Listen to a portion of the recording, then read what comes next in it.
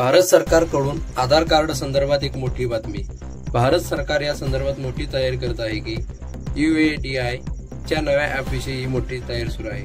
मिळालेल्या माहितीनुसार नाव, पत्ता आणि मोबाईल क्रमांक या संबंधित निर्णय घेण्यात आला आहे की आधार कार्ड क्रमांक जारी करणारी संस्था म्हणजे unique identification authority of India या संस्थेबद्दल अशी माहिती मिळाली आहे की लवकरच ती एक नवीन ॲप लॉन्च करणार आहे।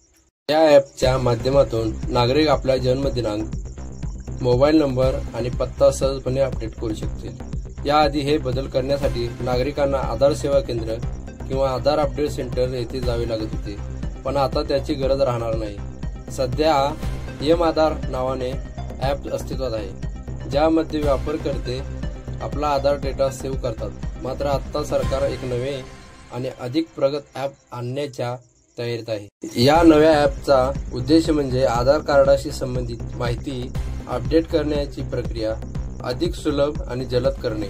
भारत सरकार सतत इझी ऑफ लिव्हिंग म्हणजेच नागरिकांचे जीवन अधिक सोपे करण्याचे काम करत आहे। या नव्या ॲपचा फायदा असा होईल की नागरिकांना ऑफिसमध्ये जाण्याची किंवा बायोमेट्रिक व्हेरिफिकेशन करण्याची गरज राहणार नाही।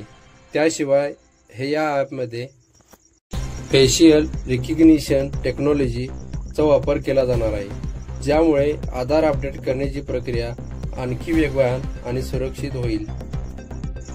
मिळालेल्या माहितीनुसार हे ॲप आधार कार्डवरील जन्मदिनांक इत्यादी माहिती pan card, passport, driving licence किंवा रेशन कार्डमधून आपोआप फेच करू शकेल।